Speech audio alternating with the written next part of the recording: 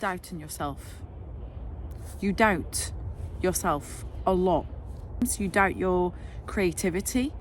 You doubt your talents. You doubt your ability. Maybe you think that maybe you want to work on a business and you're doubting that you just don't have the money. You don't know the know-how.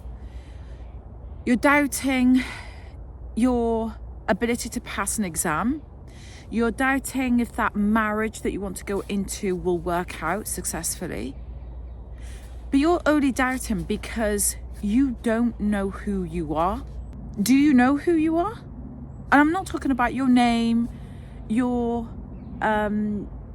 status, your race, your background. I'm talking about who you truly are, who you were born to be. You are a gift from God, okay? And here you are out here doubting your existence even, doubting your purpose. You are a divine product of God. Welcome back to my channel, everyone. As you can see, I'm back in my woodland again, and I wanted to record this video for you all. It's pretty cold, but nothing that we can't handle, right? So I wanted to talk to you guys about self-doubt today. Something came up a couple of days ago and it made me think about this topic. A lot of people I speak to, just, it's such a shame because they're always, unfortunately, doubting their ability, doubting, not trusting themselves enough to go about doing something in their life, whatever that may be. And it's unfortunate because a lot of people are living life mediocre. They're living unhappy. They're living negatively a lot of the times as a result because they're frustrated, and it's because they lack that self-belief. And some people even die and leave this world without having fulfilled any of their dreams or any of their ambitions. So I pray this video helps. You are beautiful and kind and compassionate and loving because God put you on earth for a reason, but yet you're here playing small. You're here doubting every last little detail about yourself, playing small, worrying, overthinking every little detail, over-worrying what people would say, over-worrying of how to do things, over-worrying if it's even worth doing it, because you don't believe in yourself. But if you're not believing in yourself, then that means you're doubting God and His creation. Because when you love yourself and you know yourself, that's when you know God. So if you're not loving yourself, if you don't know who you are and your purpose and your ability and your power, your divine power, then you're not loving God. Playing small means that you get small results, but then you expect grand results for some reason. But you're not playing big enough. You're not being bold. You're not taking leaps of faith. You're not taking chances on yourself. In life, you're going to have two options. Let's think of it as like a crossroad. Think of two paths, okay? You've got path A and path B. Now, obviously, you don't know the end result of path A or path B. I'll give you an example. A friend of mine recently got divorced. And let's just say that was path A. She chose path A. Now, obviously, when she chose path A, when she chose to get married, she didn't think, or she never hoped that it would end up in divorce. You wouldn't though, would you? You don't get married in the aim to get divorced. Who does that? So she chose path A and it led her down to a divorce now. Now she might be thinking, oh, what have I chosen path B? Well, first of all, she'll never know. Nobody will ever know.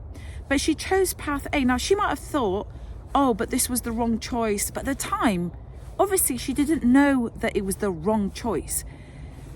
What my point is that sometimes you have to make decisions in life, and whether it turns out good or bad it's not your business to know until you get to it. The whole point of that path A, however, and her divorce, it was there to teach her a lesson or two or three. That hurt was there to teach her things about herself. Maybe it was to heal something, heal her triggers, or heal something about her. And that applies to all of us. Now, path B might have been better, might have been worse. We don't know. It's not our job to know. Be grateful for your hurts. Be grateful for these problems. They are always, no matter what. Firstly, say Alhamdulillah. Say thank you, God, for this lesson. But they're probably to heal something about us, heal an old wound, heal some triggers about us that we didn't think that we had healed from. And God will send these problems and these challenges over and over again, but kind of like repackaged probably in different ways so that we see it differently.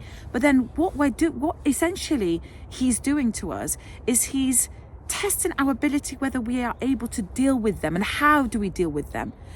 Problems are going to arise for all of us, no matter what. It's inevitable. Let me tell you, it's inevitable. Every one of us, nobody is exempt from suffering, problems, triggers, issues, challenges in life.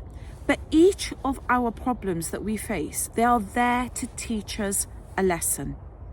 They are there to help us learn, okay, what am I trying to learn here?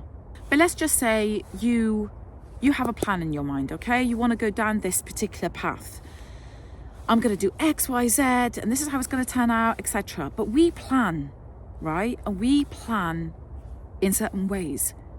But then whatever route that God takes us down, he's got bigger and better plans for us. We want things that we think are good for us, but they're not.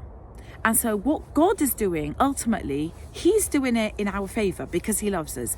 He's going to divert us. He's going to put boulders in our routes that's going to make us divert or adjust or adopt differently in order to direct us to another route.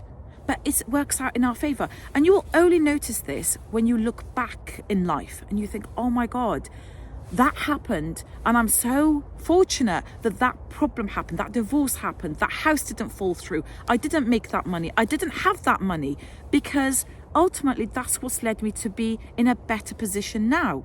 People will come into your life, problems will come into your life for a reason. Even if you have to crawl through them, keep going, you will get over it.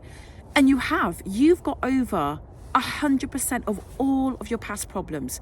I challenge you now to think about all the really serious big issues that you've had in your life. You've overcome them all. We all have self-doubt. That's fine. But in various degrees. You don't think that I have self-doubt? Of course I do. I have it all the time. You don't think that all these successful millionaires don't have self-doubt? Of course they do. All these influencers that you see on social media, they don't doubt themselves?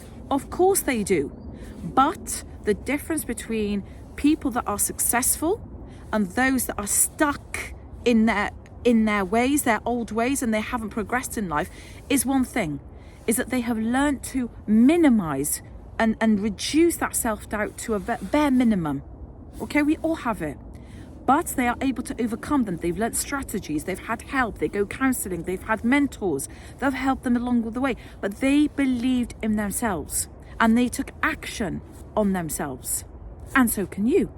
Because what is yours will be yours. No matter whether it's through over mountains and oceans, what's written for you will be yours. And what's not written for you won't be. So whatever God has written for you, it will come to you when you are ready. Now, it might take a day, it might take a week, it might take months, it might take years. Whatever's written for you, nobody can take it away from you. But then also, whatever's written for someone else, don't be envious of them. Don't be jealous of them, because whatever's written for them is theirs. Nobody can take that away from them as well. This is why it's so important to focus on yourself. And I know focusing on yourself can be quite a challenge in certain cultures. I appreciate that. It can be deemed as selfish, but it's not. Let me emphasize that focusing on yourself, bettering yourself, working on your self-development, on your spirituality, on your self-care is not selfish, because when you do it, when you focus on yourself and you leave all the drama and you leave all the gossip and you pray and you dedicate your time to being productive and fulfilling your life, it will benefit you, then it will benefit your immediate circle, and you will see the ripple effect of how it will benefit other people in time. You will have a positive influence on people. Let's just say you want to pursue a particular career and you ask somebody close to you, a family, a relative, and they say to you, no, I don't think you should do that. I don't think you're able. I don't think you're clever enough. Oh, it's going to cost a lot of money. And then what do? You literally shrivel up to nothing, okay? And then you tell yourself, yeah, it's not a good idea. You talk yourself out of it. You tell yourself, nah, it's true, I'm not clever enough, or I don't have the knowledge or the know-how, I don't have the money, I don't have the ability, oh yeah, I'm not good with my hands, or I'm not creative enough. And then what do? You push it off for years even. And then maybe you don't fulfill it at all in your life. And then you come to the end of your life, and then what? You're filled with resentment. You're filled with resentment, and you might even hate on that person or these people that talked you out of it. But you know what is responsible? Nobody but yourself. Because you listened to them. Because you believed in them, you relied on them. Let me tell you, your life and your world would be so much easier and so much happier when you expect less from others and you rely and you expect more of yourself. But your life is difficult and it's challenging and it's stressful and it's negative and you're unhappy because you are relying on other people. And you're expecting so much from other people, but then you're expecting little of yourself. Set yourself high standards, but then expect low from other people. Everybody's worried about themselves, trust me, okay? Everybody is working and focusing on themselves. You are not the main character in their life story. You're the main character in yours. But you'll never be the main character in somebody else's, because they don't know. They're not in your mind. They don't know who you are.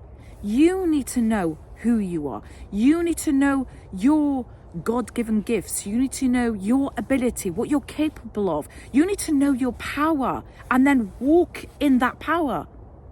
Nobody else will know it, but people will think that they know it, and they will talk you out of things that might be best for you.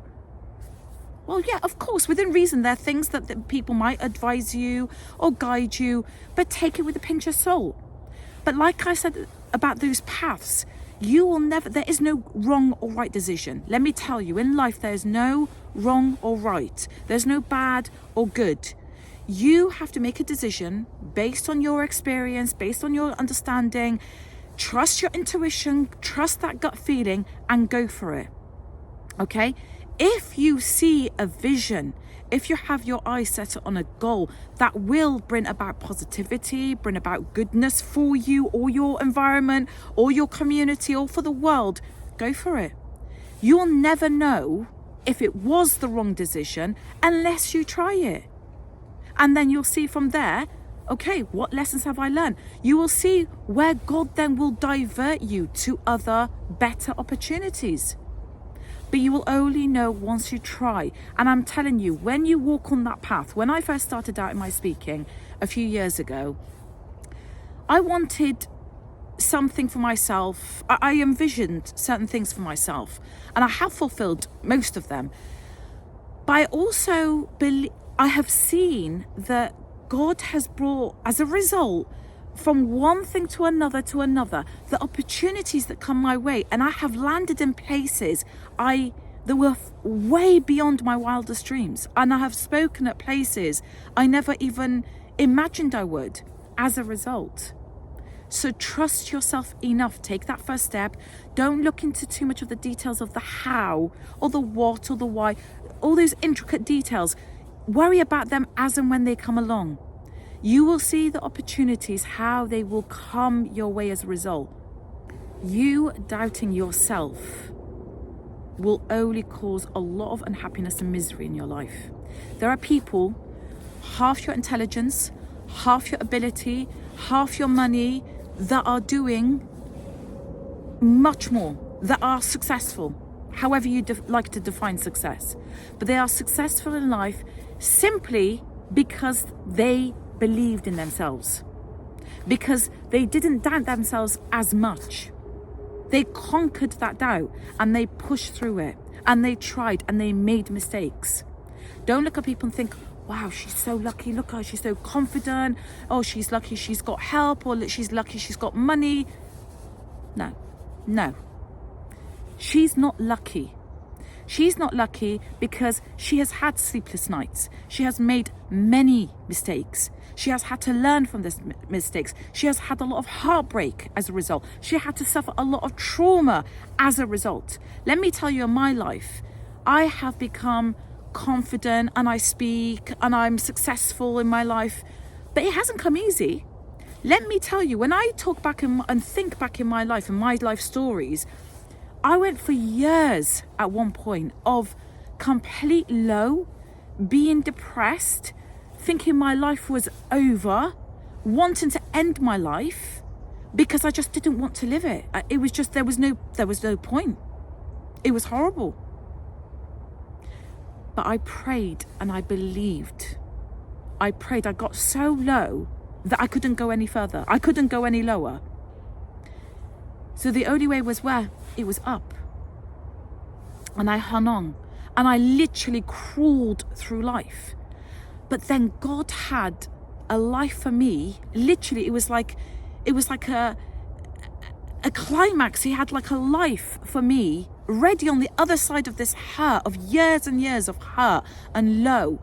He had a life for me that I only ever dreamt of. And he made everything come so easily.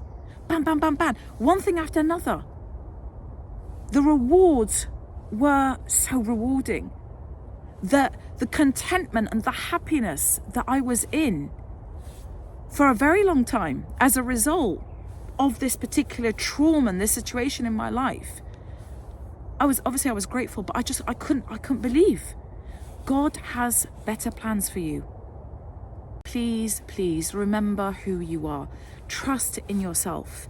You are a miracle from God, and you are kind, and you are beautiful, and you are loved. You are loved. Love yourself. Love yourself. And then people will love you. God loves you. Be grateful for your problems. Be grateful for your problems as well as for your blessings. As always, I hope that you stay blessed. Thank you for joining me today. Thank you for your trust as always, for your time and for your attention. Until next time.